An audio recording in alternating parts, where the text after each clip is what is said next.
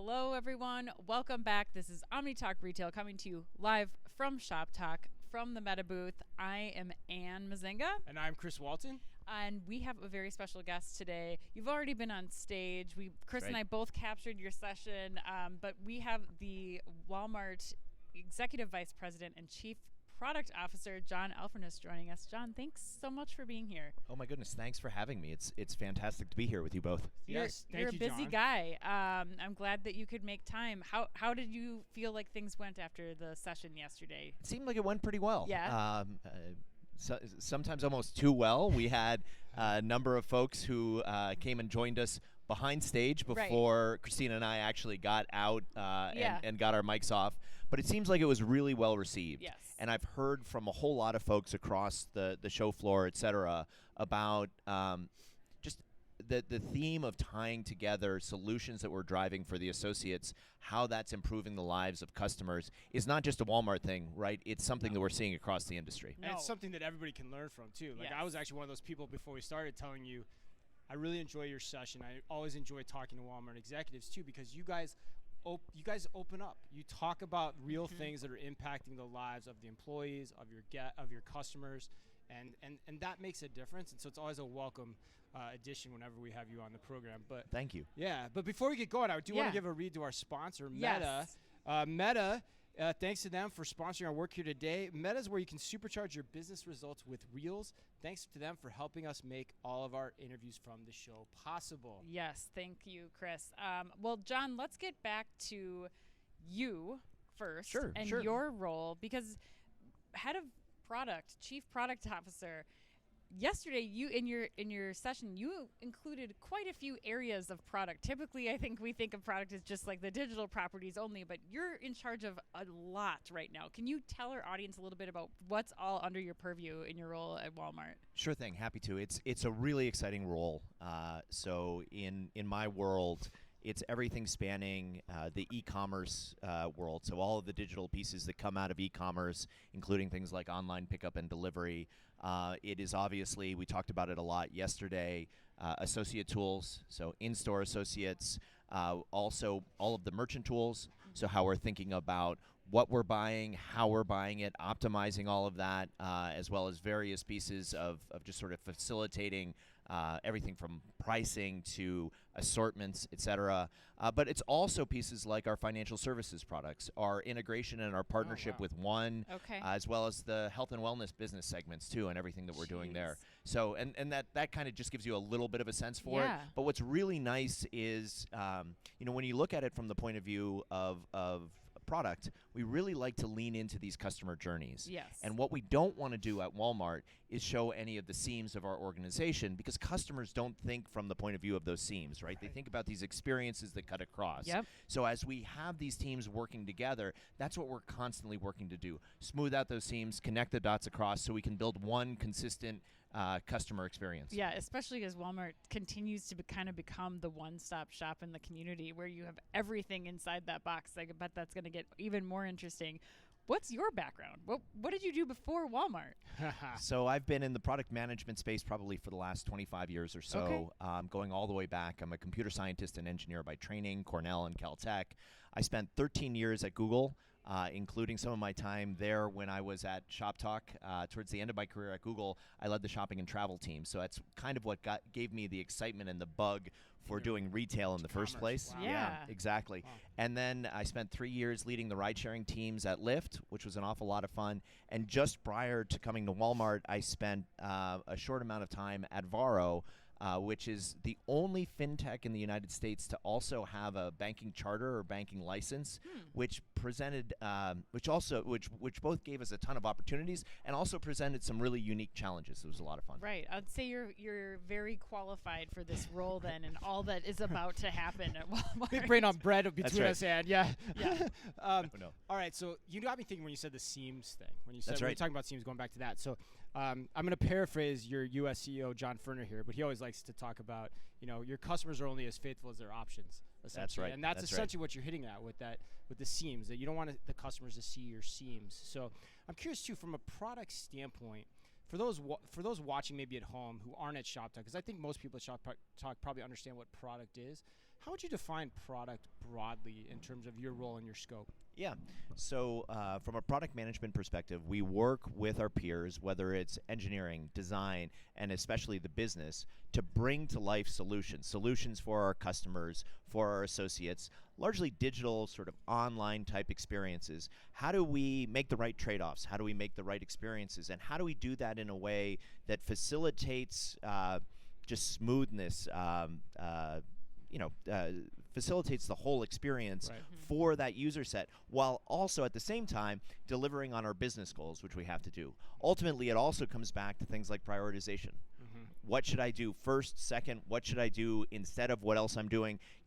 Something that I was talking about with Christina, even though we're Walmart and we have a lot of resources are never infinite. No. So it always comes back to trade-offs, and product sits at a very unique place, unique position, as we were just talking about, because we can kind of look at things from the point of view of the customer and help our business teams and our engineering teams make some of those trade-offs. How are you doing that, John? Because you have a massive role. There's a lot of priorities that are being put on your team. How are you deciding what to put up to number 1, 2, and 3?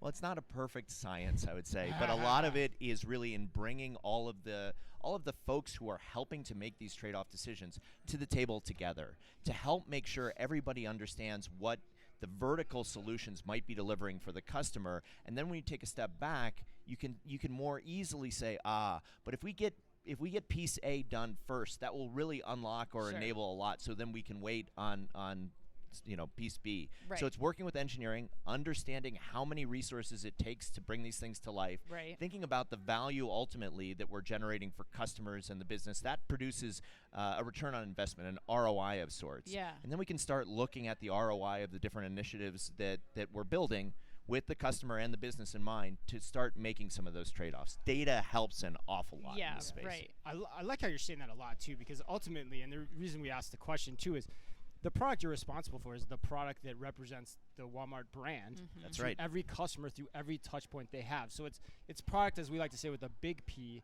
as opposed to the small p of the products on the shelves, which is typically what people think of when you say products in retail. Oh, but you're for sure. actually the product of the brand. So and off that, the one question that we want to ask you too is, the employee experience is key to that. Especially now, like coming out of the pandemic. We've got to take care of the employees. We've got to make sure their job is as efficient for them as possible, because it's important that they like what they do. So you talked a lot about that on stage. Yeah. What are some of the things you have been working on over the past year to do just that? No, it's a great point. And what we've seen is that when we drive satisfaction in associates with associate scores, et cetera, it's reflected back in the consumer scores. So the consumers see better experiences. We've kind of broken it down into math and data, science basically, that says that this is working. So if you look at it, we talked about this a little bit yesterday, if you look at this platform that we've built for our associates in stores, we call it MIAT. What we've done over the course of a number of years is we've pulled together all of the point solutions that we have had for associates.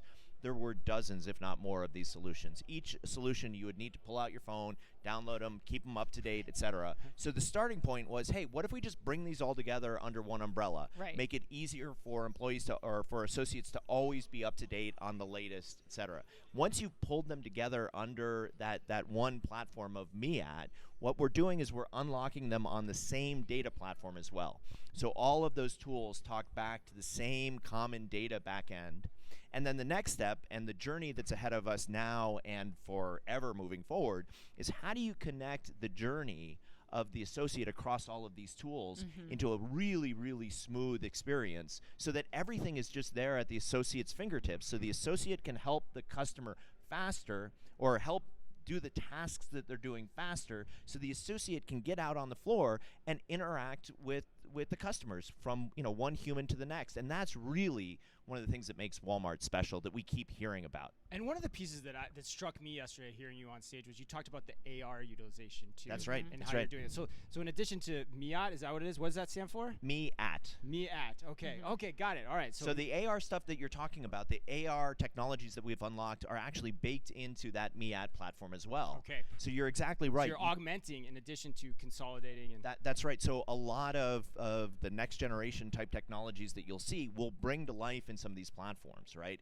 And that augmented reality that we're talking about helps associates when you're in the back room looking at all of these boxes. I said to Ed yesterday, I was like, oh my God, I wish I had that when I was in the stores. Right? Yes. I mean, you look at just walls and walls of boxes, and they're all basically brown cardboard boxes, and you go, well, what's in that one, and what's in that one? So you pull out your phone, and you launch into the MiAD experience, and you wave the camera around the boxes, and it tells you what inventory is in those boxes. And then we can even augment that further.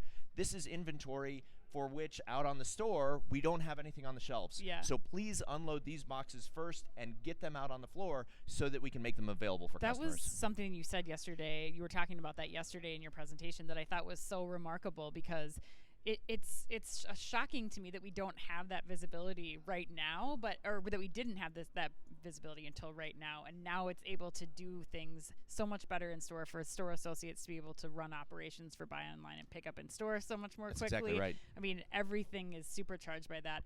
Also, I have to ask you on this theme, you also talked about yesterday how you're collecting all of this data from your associates using generative AI, that's one of the areas where you're using generative AI to kind of group together, like, what are key themes here? What are we hearing from our associates? We have to ask everybody. I tried to ask it this morning. Generative AI, okay. Overhyped, underhyped, or properly hyped? And that's a tricky one. Often in our industry, I think things do tend to be overhyped. I think the core of what's happening in generative AI, the possibilities that it's going to unlock, where generative AI and the fundamental technologies are going to take the industry and beyond, I don't think it's overhyped. I think it's about the right level of hype if you've got it. Okay. Do we have the ultimate end-all, be-all solution for what generative AI is going to be yet? No. Right? And so that's what's so exciting for me. It's this unlock, this underlying set of technologies that are going to unlock all kinds of new, again, whether it's aggregation of data in the back end, the experiences that we're bringing to our customers, like we've delivered with search and how we're thinking about aggregating for ratings and reviews, all of that kind of stuff. But I think we're just seeing the tip of the iceberg, and it's what we've been pushing our teams on at Walmart. Let's think about what's going to be next and how we can help innovate with this technology moving forward, making sure that ultimately we're unlocking solutions for customers and associates, and we're not just doing it for whiz-bang's sake. Right. So let's get you out of here on this. And so sure. that's really fascinating to think about too. Like, were we super hyped up and now we're coming back down, and are we underhyped but properly? But it's good to hear your perspective on that. All right. 2024, as much detail as you can share, of course, and understanding maybe you can't, but what are your priorities in as much specificity as you can give us for the rest of the year in terms of what you're trying to drive from a product standpoint? No, absolutely. So I would say the overarching priority that I have is to continue to double down on product management as a function across Walmart. We know how much value we can help bring to the table as we bring together our partners as we're building. How do we do even more of that? How do I help strengthen the teams that I'm working with? And how do we help evangelize what product management is within Walmart and how that can help, again, all of our business engineering and design partners? So that's from an overarching perspective side of things. Kind of, right? Yeah. Because we've got a great team. We've got great product managers here. So let's really lean in and make sure that we're doing our job well.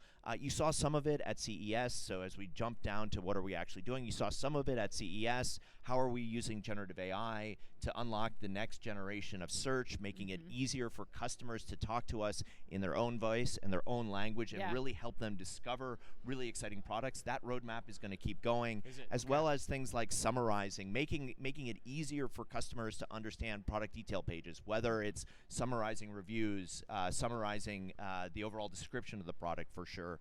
What you see happening on the associate side of the world, that's got a long roadmap as well, and I kind of hinted at it from the MiAD platform. There's a lot more we can continue to do to help connect the dots. One of the things that we're working on is how do we help associates better think about the next best action for them to take? Because there's an awful lot, as you both know, there's an awful lot that you can do as you're an associate in the store, helping to make sure the shelves are stocked, helping to make sure that the prices are all right. Or should I go in the back room and help clean up there and bring things to the front?